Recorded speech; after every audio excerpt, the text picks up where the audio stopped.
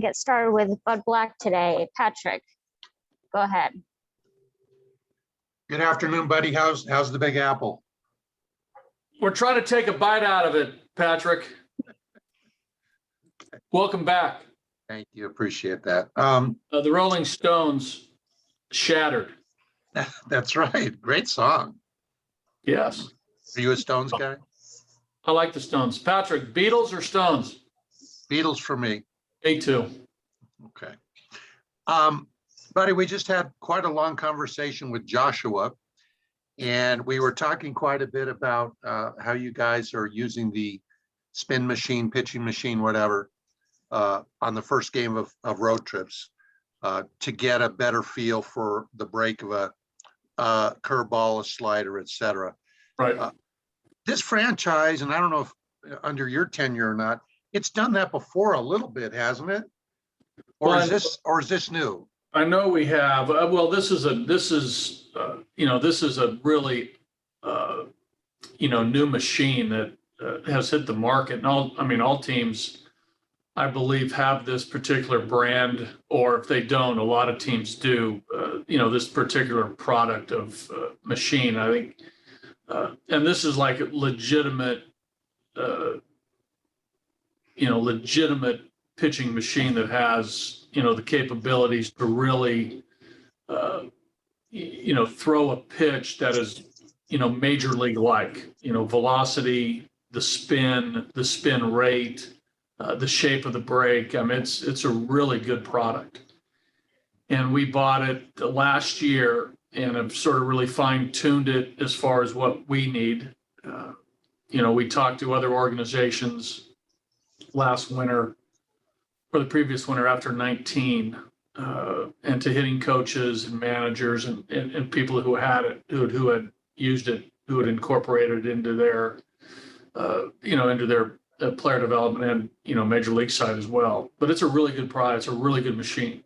And, we've had it for about a year now. So, we're trying to use it as much as we can, both in Colorado and on the road. And to your point, most, recently this year on road trips, and we did the other day, prior to the first game, that, we're going to ask the players to, really jump on it more to get the repetitions and, try to break this, recent spell of, not really hitting on the road. Excellent. If I might ask you a couple questions for a story I'm working on Austin Gomber. Okay. Austin, you mentioned before, I think I asked you a question weeks ago, who had the best changeup in the staff? And I think you said Austin, and he showed that the other night. Austin, I think. Austin and Kyle. Okay. But with Austin, what is the next step for him? He's still a relatively young starting pitcher. What is next for him? I think, better command of the strike zone with his fastball, more, refining and, polishing his pitches in the strike zone and out of the strike zone, both.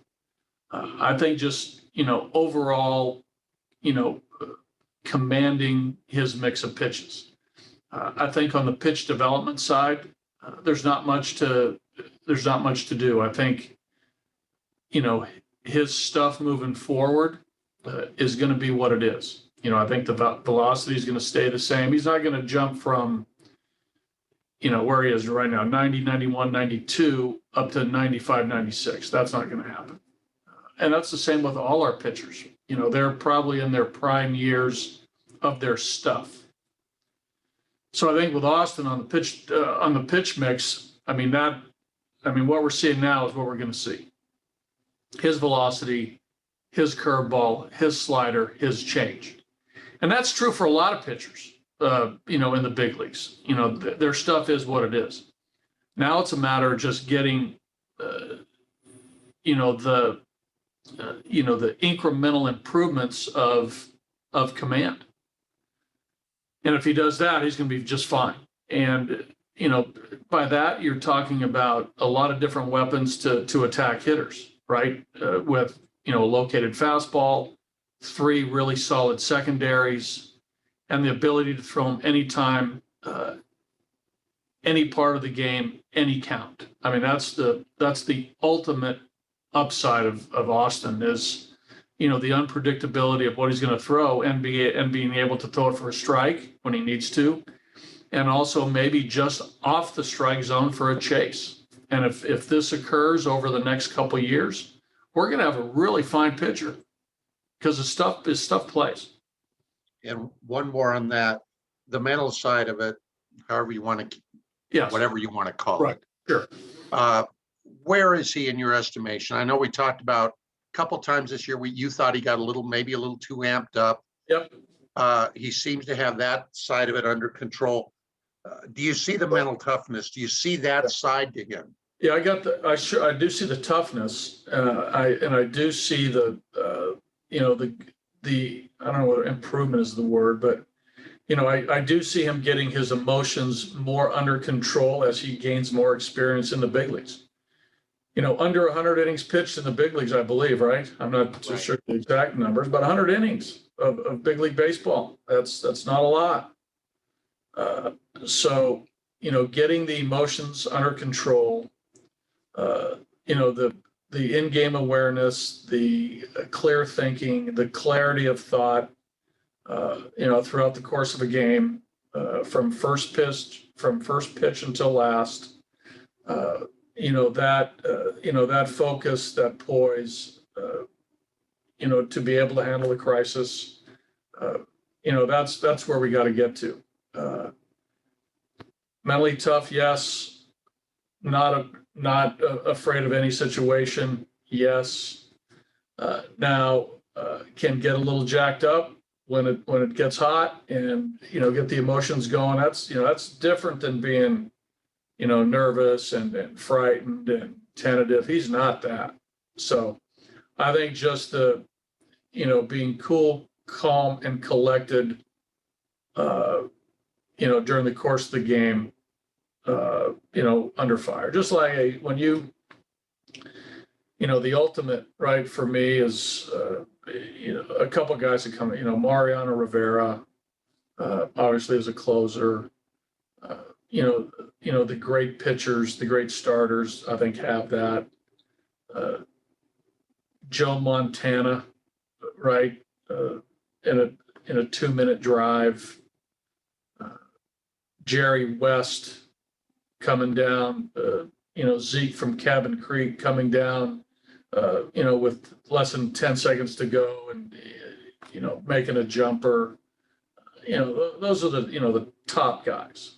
But, every player strives for that type of feeling within their body, when it gets hot. Go on. And I think you probably want to include one more on that list, probably Thomas Harding on Deadline. I think I'd throw that in there. I would, again, I haven't seen that with my own eyes at Deadline, on that typewriter, on that computer. When that editor is chewing his tail and wanting him to get it done. But I can see Thomas being that guy as well, Patrick, of course. Thanks, buddy. Thomas, we'll let you go ahead and respond to that. Yes, all right. Thank you, Patrick. No, sometimes, you have to throw your notebook out of bounds to stop the clock. It's different things you have to do under Deadline that maybe you'll see one day, buddy. Yeah. By the way, you got to spike your pen. yes, Real quick, yeah. And I have been past, being a West Virginian, I actually have been past Cabin Creek. I love it. It's not much, I will say that much, but Jerry West was a lot. We talked a bit about the defensive play last night by Ryan McMahon, and you've talked about how good a defender that he is at second base and at third base, which is his old position, and a position he'll play a lot. Do you feel like, especially with baseball going the way that it's going, maybe at some point we can get away from one position for a Gold Glove to where maybe they can create a multi-position Gold Glove? Never thought of that, but hey, what a good thought. What a creative thought. I think we're seeing a lot of players, especially recently, obviously what we're doing with Mac, what the Cubs have done with Bryant, what the Dodgers have done, Chris Taylor, Kiki Hernandez, moving guys around, Muncy moves around. I mean, good point. I don't know what you call it. Mac is not really a utility man or a super utility player, but there's some good players that bounce around the diamond. Maybe, not a ton of maybe just a couple positions, but Bryant's the guy that comes to mind that's played a lot. Joe moved him a ton. I haven't really seen, this year what David Ross is doing with him as far as positions, but it's a pretty good idea. We got to keep an eye on this, right? And maybe look at the number of players who are good players, who are like everyday players who play multiple positions. Yeah, I think just looking at it, it used to be that the outfield was just 3 outfielders, though. It wasn't done by position. And a lot of guys that move around, they move around for the bat, just to get the bat into the lineup. Right. With him, he could improve your defense at 2 different positions. Yeah, no doubt, no doubt. Hey, I understand, or I was told yesterday that Ben Bowden started throwing down at Albuquerque. Where do you stand as far as getting him involved in a contest, in a game? What's today? Wednesday. He's going to pitch tomorrow. Okay. He died yesterday, so he'll pitch tomorrow in, I believe it's Sugarland, Texas. I believe that's a suburb of Houston. Sugarland, Texas. All right. And how did things go after the appearance by Adams in the game yesterday? That came out of it fine. His leg, his shin feels good. So he's 100%. He's ready. They're off today. They're traveling down there. Matt's going to play Thursday, Friday, Saturday, maybe Sunday also. Okay, so you figure that the decision on him would be made after all those games? Yeah, we're gonna have to make a decision here coming up. I don't know the exact day. We'll have to get to that, but if he proves that he's healthy, we'll come to a decision on our 26-man roster. Okay. One thing that I wanted to kind of follow up on Patrick's question about Gomber, I talked to him and he loves the information that he's receiving and is kind of learning to decipher that information. But he has said that he is a thinker during the game. It seems like he is at his best when he sees something happen during the game and kind of figures it out, like the other night with the changeup where it wasn't game planned, but he ended up throwing it. Do you see that in-game awareness? Is that something that maybe has kind of shown up now that he's settled in to being with the Rockies? Yeah, well, I think that, he's very verbal, which I think is great. And it's pretty open and honest. And I think in just the other, the game the other night, he felt good about the changeup in the field. That, the changeup is probably the pitch that requires the most feel to develop it, in a big league way, to feel good about it in the big leagues. And the other night he felt it. So that's a great sign. And there are pitchers who will tell you that, they didn't have the feel for their changeup. They didn't have the feel for their breaking ball, whatever they might be. Usually the feel comes with breaking pitches. And so it's, with Austin, we noticed from the very first day of spring training that he's very open, very communicative with the coaches and, talking pitching, talking baseball. And that's just his personality. And there's other guys who are more reserved, more quiet, more introverted, when it comes to that. We got to draw it out of them as coaches. But he's not one to shy away from in-game conversations and talking. Same with, Kyle's the same. John and Herman, they'll talk, but you got to bring it out of them a little bit harder. And Antonio, you really got to bring it out of him, right? I mean, he's so locked in mentally, and he doesn't want to, talk a lot about, in-game stuff. And we've learned that over the years, but there are times when it's needed. But, Austin, the back and forth information, whether it's what happened the previous inning, what's happening coming up as far as the hitters that he's going to face, how we're going to attack him, the catcher dialogue with him. It's, I wouldn't say it's a lot, but it's good. It's good conversation because he likes it. He needs it. He wants it. Our catchers are good at that as well. It's something that, we've tried to develop here over the years since my tenure, is that, that relationship and conversation with the catchers and the pitcher in game. So, with him, it's part of, what makes him, in his mind, feel better and pitch better. And just to follow up on that, it seemed that Diaz also read that as the game went. How are your catchers as far as reading the game? I know Dom's been around a lot of the guys, but this is the first time at the big league level. And also Diaz has been around the game, but probably the most responsibility he's had. How are they developing in that respect? They're doing fine. I think Dom takes pride in that. I think, Dom has a real good baseball mind, and that's probably it's something he's probably done throughout his career. I think probably as an amateur player, as a middle infielder, he sees the game the right way, and now behind the plate as a professional, he's learned to see it from that perspective, and he's got really good feel. Even though he's a rookie, I think he understands the game, the basic principles of the game.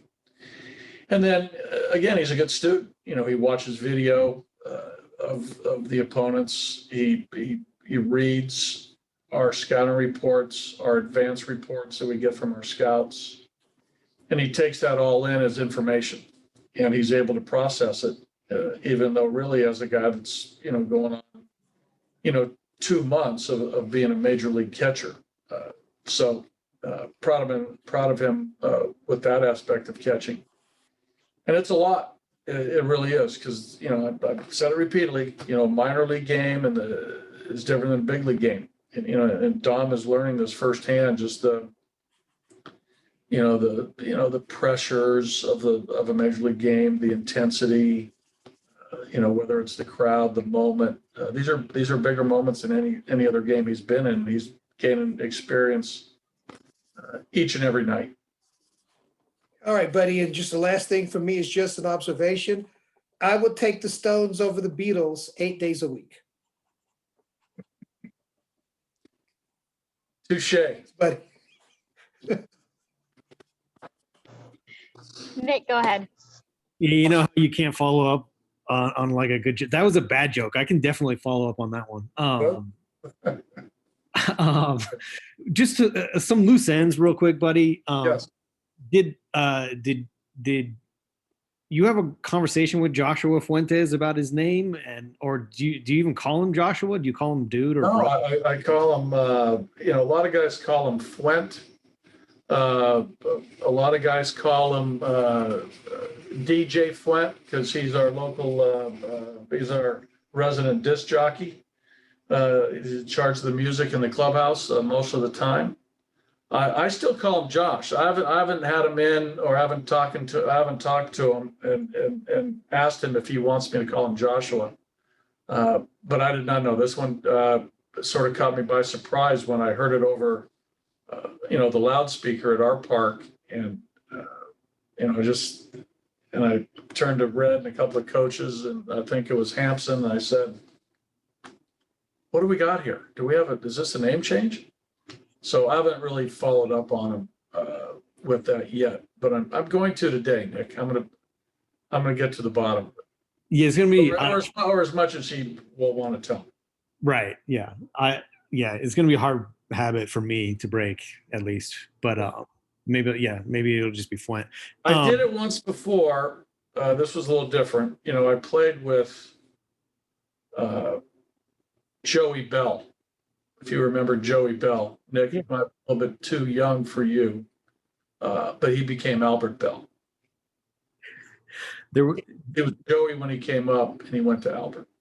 the But Albert's yeah, yeah, yeah. It worked for Mike Stanton too, probably at some point. But Yeah. um, it worked for Bobby Moore. yeah, yes, yeah. Patrick and Thomas know about Bobby Moore. I'll Got it, yeah. And Yeah. it worked for Walt Hazard. I'm sure we could go. We could probably go through the line. Going. Right? Yeah, there was a Nuggets player, J.R. Smith, who changed his name, I think, like 3 or 4 times, and he eventually just went back to the first one. You know, Yeah. it was like Jr. with periods and without, and then it was Junior, but his name wasn't really Junior. He went back. He eventually went back. Whenever there was a slump, it changed. Hey, Tony Dorsett. Was he not always Tony Dorsett? I didn't know that. He was Tony Dorsett. No, Nolan finally corrected everybody on Arenado instead of Arenado, but it was like 4 years in, and we were like, no. Well, yeah, somebody else did that too. I think it was a pitcher. I can't remember. I'll come up with it. Somebody else did that. Yeah. Well, not to drag you out here too much, but on the spin machine, Mags mentioned that he was trying to get that going, like him and Charlie last year. Was it like a pandemic that kind of set that aside, or What we did last year, we did it a lot in the cage. Not so much on the field. This year we made a commitment to doing it more on the field. When we have field time on the road, like early, 1:30, 2 o'clock, early in the afternoon. But last year we did it in the cage when we got on the road, but we're going to try to do it more and more repetitions and more frequently. what is the protocol? Is it logistically, is that hard to get out before the home team on the road? No, at times it is, but in most cases it's timed off. Starting in the early afternoon, there are segments for the visiting team, early work, home team, early work, and then the home team, regular BP, visiting team, regular BP. So it's structured, early in the afternoon at pretty much every ballpark, but sometimes there's some hiccups in there, and there's some days when we can't get on the field due to something going on the field. Right. Gotcha. And then just as a former Science Day or whatever, as a former pitcher, did you give any thought to bringing back the old system of having pitchers throw their sides as BP? God, that is super old school. That's even older school before my old school. We never really did that, in my heyday. But, the pitchers have a lot going on, in between their 4 days. And in my opinion, I think we have to keep, the pitchers as fresh as possible. So even their side sessions, depending on, so many factors leading up to their side, their side sessions aren't as intense. And I think to get something out of that for a hitter, to have a pitcher throw him, you would really have to throw with a lot of intensity and effort. Now it's great, not great, but when a pitcher's hurt and coming back or getting closer to a rehab assignment or activation, he'll face hitters, right? We saw it with Carlos, we saw it with Yancey, we saw it with Kyle. They'll face hitters early in the afternoon in what we call a simulated game. We'll push the batting cage back. We'll make it as game-like as possible, and guys will be able to get some looks there. But it's tough to get 12 guys out there. A lot of times, your regulars, to get to face Kyle or Yancey one time at 2 p.m, that doesn't quite give you the repetitions. But Yeah. As far as that original thought of having the pitchers throw in between starts, it's, I think it's enough already for those guys to pitch every 5th day and, throw 100 pitches, hopefully. They need their rest in between. Gotcha. And then on the flip side for hitters, are you at all concerned? I get, like, Charlie explained the machine really well. Like, he wants to be stressed by it. He wants it to be difficult. But on the flip side, I mean, is it at all a concern that, like, somebody might go up there and strike out 3 times against robot Stroman and then lose confidence or whatever? Do you know what I mean? Like, No, I don't. Yeah, I don't think so. I mean, I would hope that our guys are mentally tough and understand why we're doing this. It's to see pitches and put swings on pitches and to get you ready for the game. And to Charlie's point, Charlie wants to feel uncomfortable. He wants it to be hard. I mean, you want practice to be as hard as possible, right? And I know that. And I think if you practice hard, if you practice, under a little bit of uncomfortableness, I think it helps you. Going to ground. This is a little bit off topic, but when Michael Jordan and his Bulls used to scrimmage, they said they scrimmaged hard. I mean, they played hard against each other in practice, and it helped them during the game. So, baseball's a little bit different because it's an everyday thing, and and sometimes even tomorrow the turnaround is going to be short for a 12 o'clock game. I mean, guys do need rest. Guys need some mental shutdown to be ready to play 3 hours of baseball. So, but there are times when you gotta push yourself a little bit, and hopefully this machine and the reps we're getting helps our guys. and then just to be clear, there is still a benefit to standard BP though, also, correct? Like you. Well, yeah, I mean, we're throwing from 45 feet, and Doug Vernier, Tim Doherty, Red. We throw, even though we're throwing there's some timing and there's some mechanics you're trying to clean up, and there's some things you're working on, and also you're getting ready for the game, so that you can never replace the timing of a live arm, and watching that arm come through and the release point and tracking the ball. It's that is different than a coach holding the baseball up and throwing it in a slot and coming out of a machine. That is not game like. Watching a pitcher deliver the ball, it's different. But there are advantages to having swings and reps against a machine. There's advantages to both a live arm and a machine. So we'll continue to do both.